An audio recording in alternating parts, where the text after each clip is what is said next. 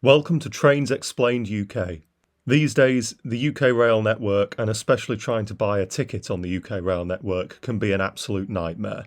So, as an autist who has way too much knowledge on the UK rail network and the ticketing system, I'm here to explain to you how to get good deals on UK train tickets. In this video, we're going to start it off nice and simple on how to get cheap UK train tickets. So we're going to start this off with a little bit of truth, half-truth or myth.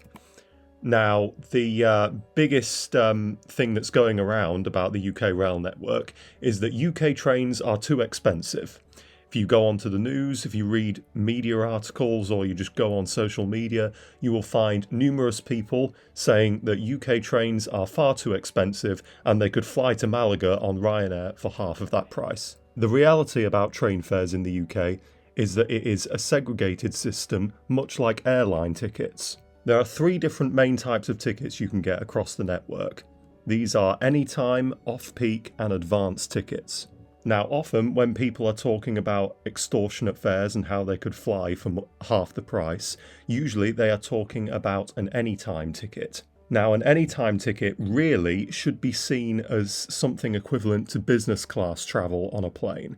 Now, forget first class and standard class that you actually physically get on the train. This is just the ticket here.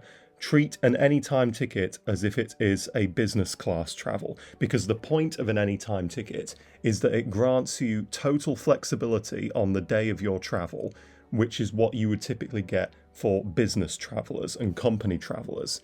If you work for a company and you're paying on a company dime, then an anytime ticket is probably the best ticket for you, because you will need total flexibility on when you need to get to a meeting, when you need to get to your place of work, etc., etc.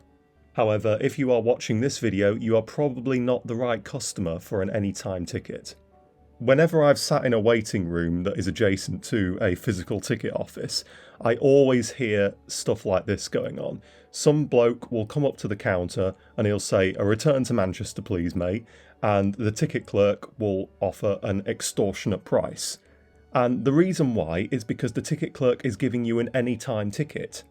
If you rocked up to the physical ticket office at, say, 8 o'clock in the morning during peak time, and you ask for a return to somewhere on the day that you are at that ticket office, then the ticket clerk is going to have to sell you an anytime ticket if you want to get on the next train that's still within peak time travel.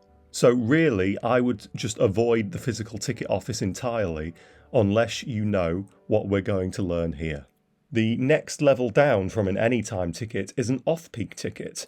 Now, off-peak tickets, the times that you can use off-peak tickets tend to vary. However, the general gist of them is that they can be used after 10 or 10:30 during weekdays and before 4:30 p.m. on weekdays. And the idea here is that if you can travel outside of rush hour, then you can use an off-peak ticket and get significant savings.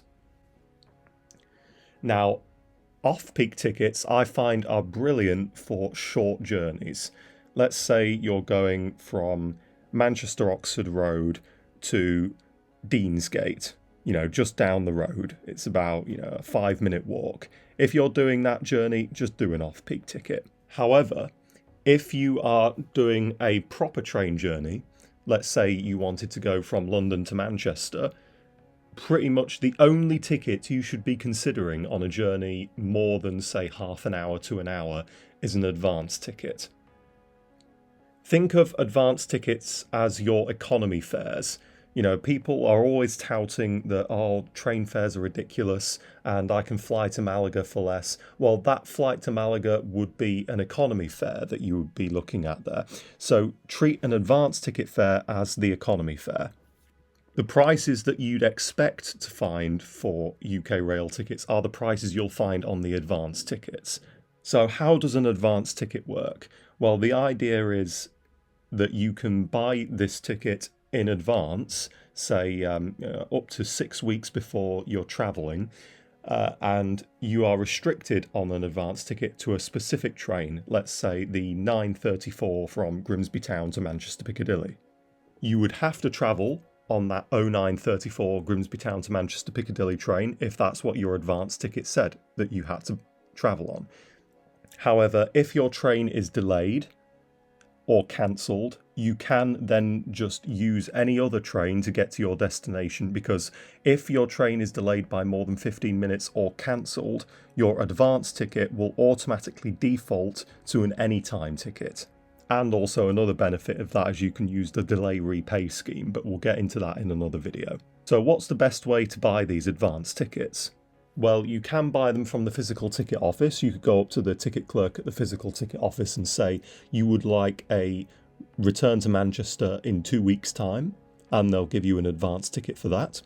However, more often than not, you're going to be better off just doing it on an app, especially when you consider the website of the train operating company that you will be travelling with might have even cheaper special tickets that regular train apps and regular ticket clerks won't be able to sell you. I think a good example of this is Avanti West Coast on the West Coast Main Line. They run the trains from London to Birmingham, Manchester and Glasgow and Liverpool. And Avanti offers a service, I can't remember the name of it, but it's basically a system where you can go on their website and I think bid for very heavily discounted tickets, and that service is only available on their website. So if you're not sure what company you're going to be travelling with, just check your ticket app. You can get like National Rail ticket app. I wouldn't use Trainline, but any ticket app really will do. Just check your ticket app to see what company it wants you to travel with, and just double check the train operating company's website in turn and see if they've got a cheaper fare. If not, then just buy the ticket on your ticket app and you'll be good to go.